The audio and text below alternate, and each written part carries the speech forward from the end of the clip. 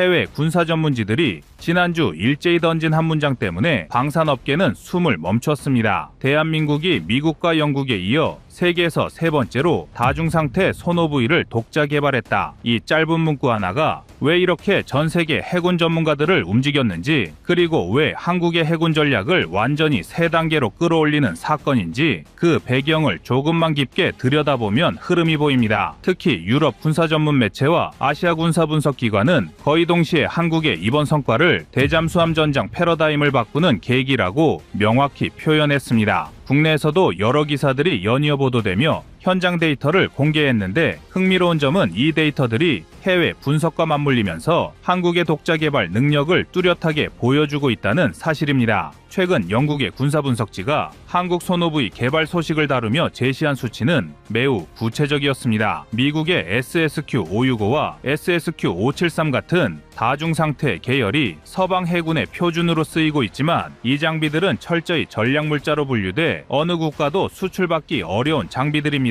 그래서 대잠작전 능력을 갖춘 나라가 많아도 독자 개발은 사실상 금지된 영역이었습니다. 그런데 한국이 이 영역을 뚫었습니다. 그것도 핵심인 저주파 능동 음원 기술까지 포함해 성능 평가에서 가장 높은 등급을 획득했죠. 그 순간 해외 분석가들이 시선을 바꾼 이유는 단순한 기술 확보 때문이 아니었습니다. 그들이 한국을 평가하면서 반복적으로 언급한 문장이 있었는데, 바로 한국의 대잠수함 작전 능력이 전략적 독립의 단계로 올라섰다는 표현이었습니다. 한국이 원해도 받을 수 없던 장비를 직접 만들었다는 건 해군에서 흔히 말하는 전장 독립성을 확보했다는 뜻입니다. 특히 잠수함 전력 경쟁은 미국, 중국, 영국, 프랑스 같은 해군 최상위 국가들만 참여하는 좁은 영역인데, 여기서 한국이 존재감을 보여주기 시작한 겁니다.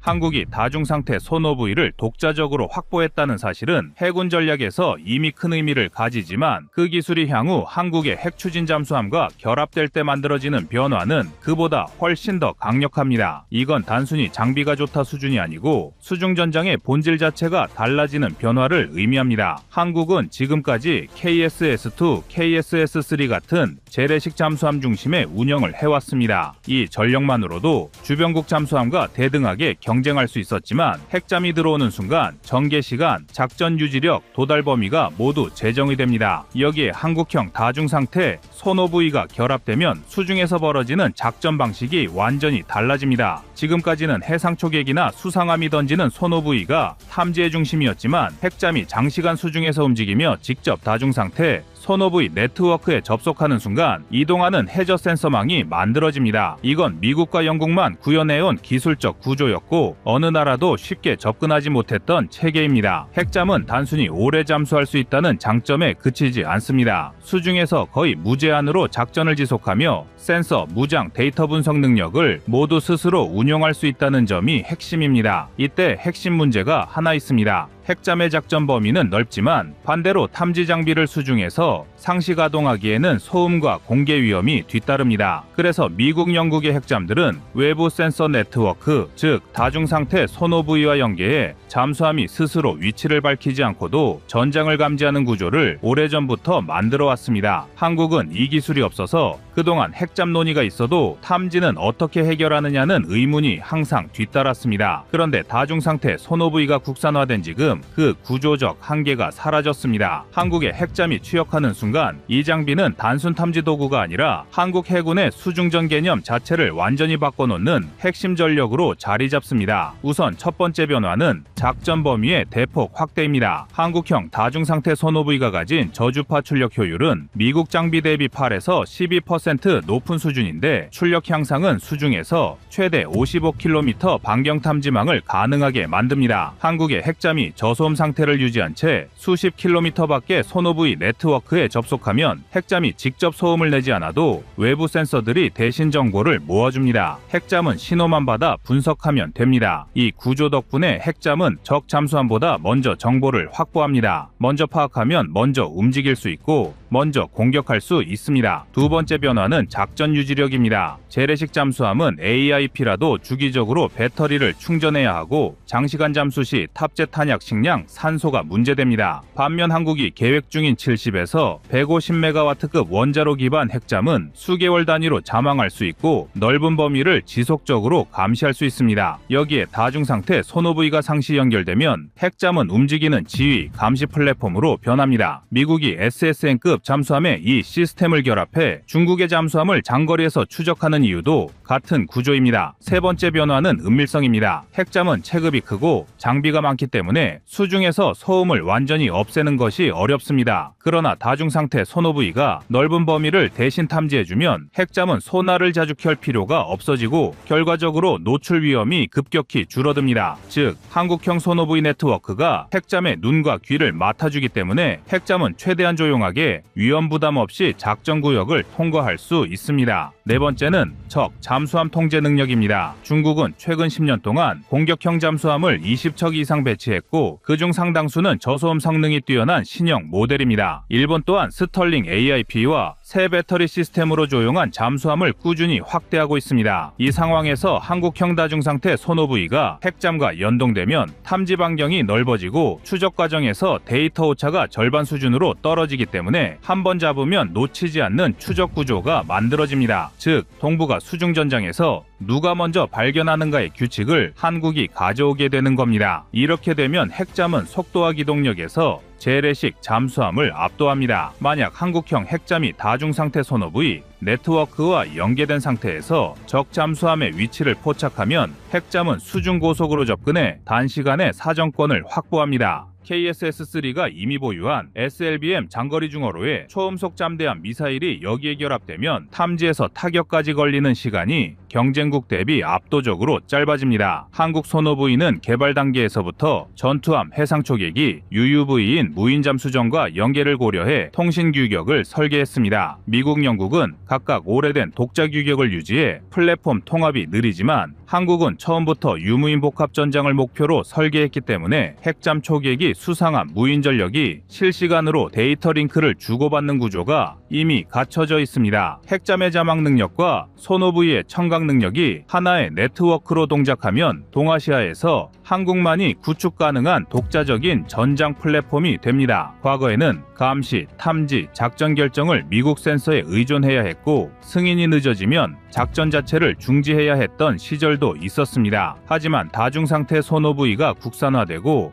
핵잠이 추진되면 한국은 더 이상 외부 승인 없이 탐지, 추적, 분석, 타격, 지속, 감시 전 단계를 스스로 판단하고 실행할 수 있습니다. 이 구조는 미국, 영국, 프랑스, 중국 같은 상위 해군 강국만 가능한 시스템이었고 한국이 여기에 진입하는 건 동아시아 해군 균형을 근본적으로 흔들 변화입니다. 정리하자면 한국형 다중상태 소노브이가 확보된 지금 한국이 핵잠을 실전 배치하는 순간 한국 해군은 잠수함 중심 전력에서 수중 지배 전력으로 진화합니다. 적 잠수함을 먼저 듣고 먼저 판단하고 먼저 움직일 수 있는 능력을 국가가 스스로 가진다는 뜻입니다. 한국은 이제 수중전에서 단순히 대응하는 국가가 아니라 규칙을 만드는 국가가 되는 겁니다. 더 놀라운 건 해외 분석가들이 이 기술을 단순 탐지 장비가 아니라 전장 지능화 기술로 분류했다는 점입니다. 그들의 분석에 따르면 한국의 다중상태 소노브이가 가진 핵심 가치는 바로 확장성입니다. 미국과 영국의 시스템처럼 저주파 음원을 활용하되 한국은 이 음원 체계를 기존 아군 전투함과 잠수함의 소나 체계와 연동할 수 있도록 설계를 확장했습니다. 이게 무슨 의미일까요? 기존 소노브이는 보통 투하 지점 주변만 탐지했지만 한국형은 아군 전력을 하나의 거대한 센서 네트워크로 묶어 탐지 방향을 수십 킬로미터 이상 넓힐 수 있습니다. 여기서 해외 언론들이 가장 크게 주목한 부분이 있습니다. 한국의 이번 개발은 해상 초계기, 수상함, 잠수함, 소노브이를 하나의 전투망으로 묶는 다중상태 전장 구조를 완성할 수 있는 첫 단계라는 점입니다. 미국과 영국은 이 구조를 만들기 위해 20년 넘게 기술 축적을 해왔고 이를 기반으로 무인 대잠 전력을 앞세워 중국과 러시아 잠수함을 견제하고 있습니다. 그런데 한국이 한국이 이 구조의 핵심 파츠인 다중상태 소노부위를 독자 개발해 실전급 평가에서 최고 등급을 받았다는 건 이제 한국도 같은 단계에 진입할 수 있다는 뜻입니다. 여기까지 보면 잘 만든 장비 하나 개발한 것 아닐까 라고 생각할 수 있습니다. 하지만 해외 언론이 심각하게 받아들인 이유는 따로 있습니다. 바로 지금 동아시아 바다에서 벌어지고 있는 잠수함 전력의 불균형 때문입니다. 중국은 지난 10년간 공격형 잠수함을 20척 이상 양산했고 러시아 역시 신형 재래식 잠수함을 매년 진수하고 있습니다. 한국은 이미 독자 잠수함을 통해 이들의 수중 전력에 맞설 힘을 갖췄지만 문제는 탐지였습니다. 잠수함의 시대에서 가장 중요한 건 적을 먼저 찾는 능력입니다. 그리고 다중상태 소노부위는 이 탐지에서 게임 체인저로 불립니다. 특히 미국의 최근 자료에 따르면 아시아 해역에서 잠수함 탐지 난이도는 매년 증가하고 있으며 중국은 저소음 잠수함을 대거 투입하면서 기존 방식으로는 탐지가 어려운 상황을 만들고 있습니다. 이런 시점에 한국이 다중상태 소노부위를 독자 개발했다는 것은 단순 기술 개발을 넘어 전략 지형을 바꿀 수 있는 사건이 되는 겁니다. 게다가 해외 언론이 언급한 단 하나의 문장이 한국인들에게는 더욱 의미 있게 들립니다. 한국의 다중상태 소노부위는 미국 기술 기반 없이 개발된 최초의 완성형 시스템 중 하나다. 이 문장 하나는 한국의 방산 독자화를 상징하는 표현이자 앞으로 무인 대잠전, AI 기반 해양 전투, 자동화된 감시 체계 같은 미래 전장 기술로 확장할 수 있는 시작점을 의미합니다.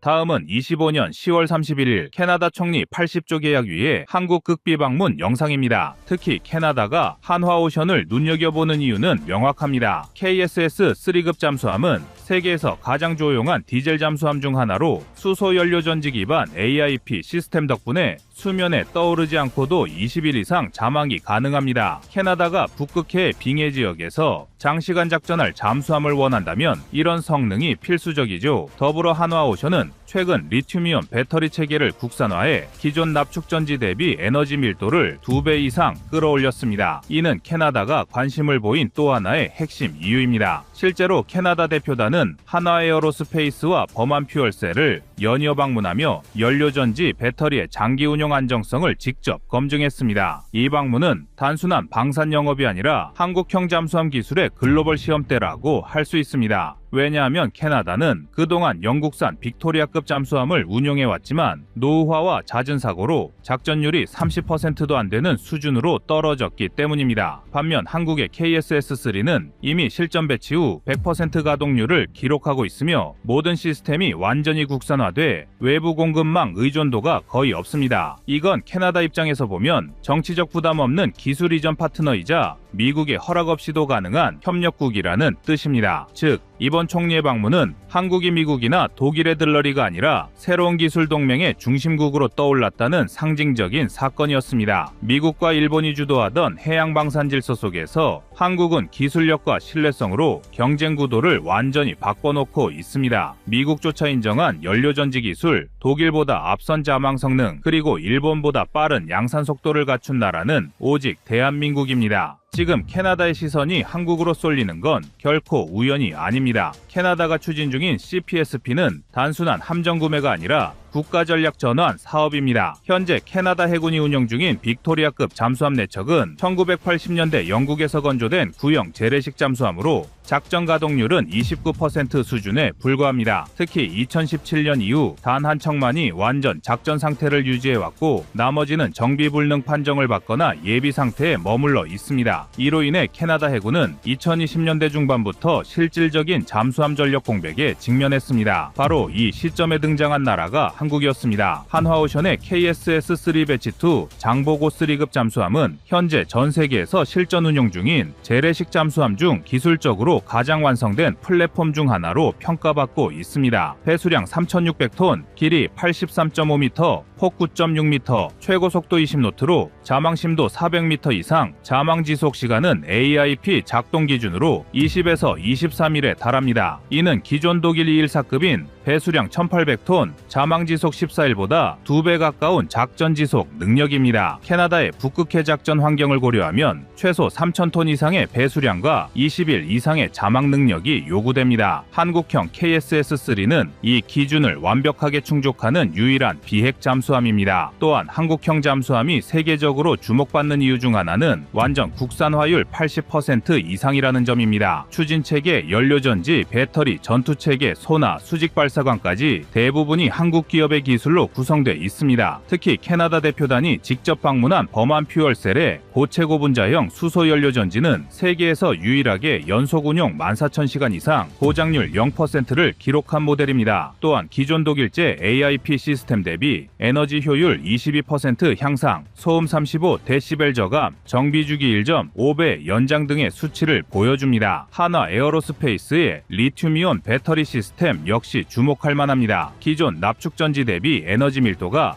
2.2배, 수명은 3배, 최대 출력은 1.8배 향상되었습니다. 캐나다는 빙해 작전에서 장기간 자망기 필수이므로 이런 고출력 장수명형 전원체계는 전략적으로 매우 중요합니다. 한화오션의 잠수함은 단순히 은밀한 배가 아니라 수중전 플랫폼으로 설계되어 있습니다. KSS-3는 6개의 VLS를 탑재해 SLBM 또는 장거리 순항미사일을 발사할 수 있습니다. 캐나다가 공식적으로 핵무기를 보유하지는 않지만 미국 및 영국과의 협력 체계 내에서 장거리 타격 능력을 확보하려는 의도가 분명합니다. KSS-3는 국산 현무포 다시사 SLBM을 기반으로 설계되어 사거리 500km 이상 탄두 중량 1톤급 미사일을 수직 발사할 수 있습니다. 즉, 캐나다가 이 잠수함을 도입할 경우 단순 정찰이나 초계 수준이 아니라 전략 억제 플랫폼으로 운용할 수 있게 되는 것입니다. 이는 독일이나 프랑스 잠수함으로는 실현 불가능한 영역입니다. 캐나다 정부의 입장에서 본다면 비용 대비 성능비도 매력적입니다. 한화오션이 제시한 KSS-3의 한 척당 단가는 약 12억 달러로 한화 약 1조 6천억 원 수준입니다. 이는 독일 TKMS가 제시한 ELCD급의 15억 달러, 일본 미쓰비시 소류급의 17억 달러보다 20에서 30% 저렴합니다. 게다가 KSS-3는 이미 국내에서 세척이 실전 운영 중이기 때문에 개발 지연 리스크가 사실상 제로에 가깝습니다. 반면 독일의 ELCD급은 아직 시제품 단계에 머물러 있고 일본의 최신형 타이게이급은 완성도는 높지만 수출 승인 절차가 복잡하며 기술 이전이 거의 불가능합니다. 캐나다 정부가 실질적으로 즉시 인도 가능한 플랫폼을 원한다면 현실적으로 한국 이외에는 선택지가 없는 게 사실입니다. 여기에 더해 한화오션의 경쟁력은 기술뿐 아니라 캐나다 정치인들이 가장 원하는 산업 구조에서도 강점을 갖고 있습니다. 캐나다는 이번 사업에서 최소 30%의 현지 생산 및 기술 이전을 요구하고 있습니다. 그러나 독일과 일본은 군사기밀을 이유로 핵심 부품의 현지화를 거부했습니다. 반면 한국은 이미 폴란드, 노르웨이, 필리핀 등에서 현지 조립 및 공동 생산 체계를 구축한 경험을 보유하고 있습니다. 한화오션은 이번 제안서에 캐나다 밴쿠버 또는 헬리팩스 인근에 중형 잠수함 조립 라인 설치, 부품 현지 조달 비율 35% 이상 보장, 캐나다 조선업체 10여 곳과의 협력 MOU 체결 계획을 포함시킨 것으로 알려졌습니다. 이는 캐나다의 ITB 정책과 완벽히 부합하는 구상입니다. 이 때문에 캐나다 내 잠수함 조립 라인을 구축하면 직접 고용 약 5,000명,